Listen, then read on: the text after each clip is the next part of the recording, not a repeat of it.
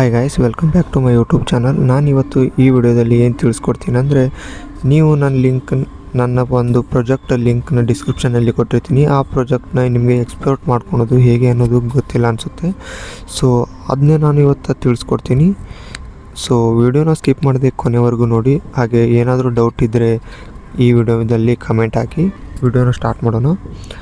So ನೀವು ಡಿಸ್ಕ್ರಿಪ್ಷನಲ್ಲಿ ಹೋದರೆ ನೀವು ಫುಲ್ ಪ್ರಾಜೆಕ್ಟ್ ಅಂತ ಲಿಂಕ್ ಕೊಟ್ಟಿರ್ತೀನಿ. ಸೊ ಅದನ್ನ ಕ್ಲಿಕ್ ಮಾಡ್ಕೊಳ್ಳಿ. ಅದನ್ನ ಕ್ಲಿಕ್ ಮಾಡ್ಕೊಂಡ್ಮೇಲೆ ಅದು ರೀಡೈರೆಕ್ಟಾಗಿ ಗೂಗಲಲ್ಲಿ ಹೋಗಿ ಈ ರೀತಿ ಇಂಟರ್ಫೇಸ್ ಬರುತ್ತೆ. ಸೊ ಇಲ್ಲಿ ಇನ್ಪುಟ್ ಆ್ಯಂಡ್ ಪ್ಯಾಕೇಜ್ ಅಂತ ಇದೆಯಲ್ಲ, ಸಿಂಪಲ್ಲಾಗಿ ಅದ್ರ ಮೇಲೆ ಕ್ಲಿಕ್ ಮಾಡ್ಕೊಳ್ಳಿ.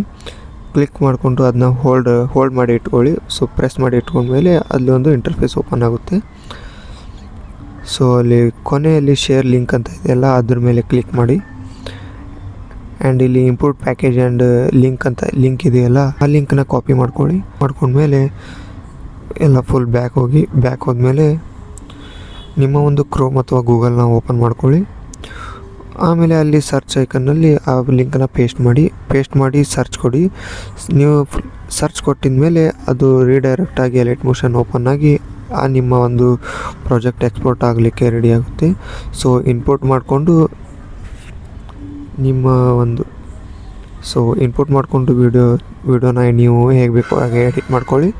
ಸೊ ನೆಕ್ಸ್ಟ್ ಮೇಲೆ ಕ್ಲಿಕ್ ಮಾಡಿ ಕಂಟಿನ್ಯೂ ಟು ಟೈಮ್ ಲೈನ್ ಮೇಲೆ ಕ್ಲಿಕ್ ಮಾಡಿದರೆ ನಿಮ್ಮ ಒಂದು ಪ್ರಾಜೆಕ್ಟ್ ನಿಮಗೆ ಎಡಿಟ್ ಮಾಡ್ಕೊಳ್ಳೋಕ್ಕೆ ರೆಡಿ ಆಗುತ್ತೆ.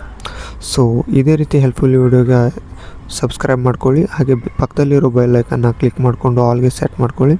ಇದರಿಂದ ನಾನು ಹೊಸ ಯಾವುದೇ ವಿಡಿಯೋ ಅಪ್ಲೋಡ್ ಮಾಡಿದರೆ ನಿಮಗೆ ನೋಟಿಫಿಕೇಷನ್ ಮುಖಾಂತರ ಬರುತ್ತೆ. So thanks.